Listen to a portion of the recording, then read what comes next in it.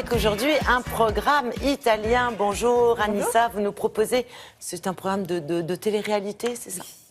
Alors, c'est un programme de télé-réalité, mais vous allez voir un programme un petit peu bizarre.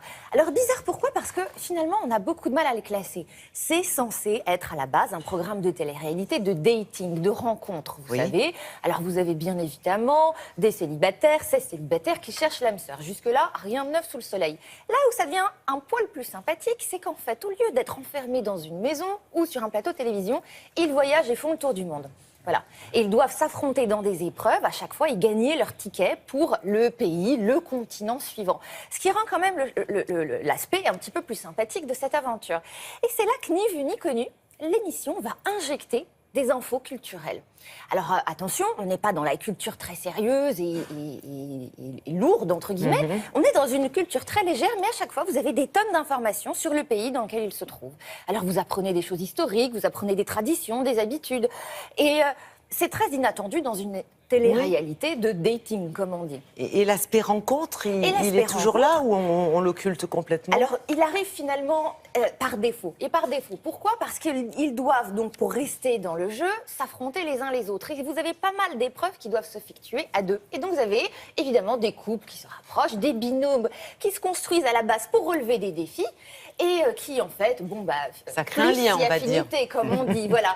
Et c'est là que vous avez, du coup, juste pour terminer, ce troisième volet un petit peu bizarre et qui rend cette émission totalement inclassable, c'est que là, ces aventures sont un petit peu dingos et vous vous retrouvez dans une sorte d'émission d'aventure et qui n'a plus rien à voir, encore une fois, avec l'émission de dating. Donc, c'est une espèce d'émission d'été démente, pleine d'énergie et assez particulière que les Italiens nous ont fait là, puisque ce programme nous vient donc d'Italie, ça s'appelle Flight 616 et c'est diffusé sur la chaîne Italia Uno. Regardez.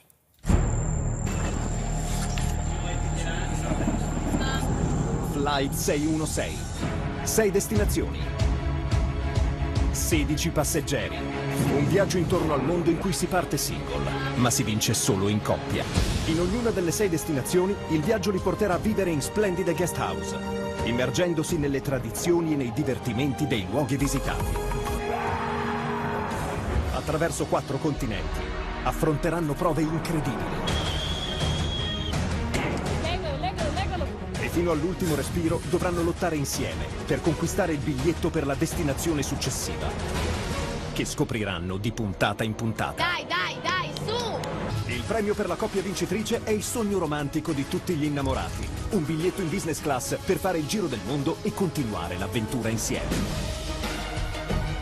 Decolla l'avventura di Flight 616.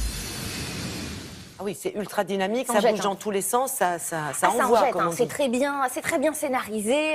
Les Italiens, le casting est extraordinaire. Ils sont italiens. Déjà, c'est une qualité en soi. Ils sont jeunes, ils sont beaux. On se demande même ce qu'ils font là, dans une émission de rencontre. Alors, ils doivent. C'est une émission très longue. Hein. C'est une émission qui fait 3 heures quand même. Ouais. C'est très très long. Donc, vous imaginez que des épreuves, il y en a, et qu'on découvre le pays à chaque fois en long, en large et en travers. Alors, quel type de défi? Je vous ai dit que c'était assez animé, assez tonique. C'est vraiment des défis d'été et des défis très inattendus, encore une fois, pour ce type de programme. Je vous propose d'en découvrir un immédiatement. Benvenuti in questa bellissima fattoria. Protagoniste della sfida di oggi sono le vere rockstar della campagna neozelandese. Le pecore. Affronterete un percorso ad ostacoli, 2 linee di fieno, un cumulo di letame e uno di lana.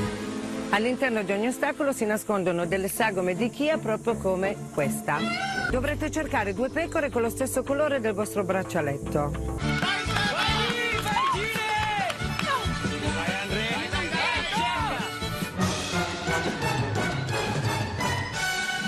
Eccola, brava Tania! Intanto Tania, ingabbiata in ovechia, raggiunge il recinto delle pecore. Pecorine! Attenta! Gialle? Andressa! Brava, così, chilla. Brava! Passeggeri, la vincitrice di questa prova faticosissima è Andressa. Bon, ok, ça bouge bien. Ça bouge. Est-ce que ça fonctionne bien au niveau de l'audience? Ça cartonne. Programme d'été, dynamique, péchu, ça cartonne. Ok, bravo, merci.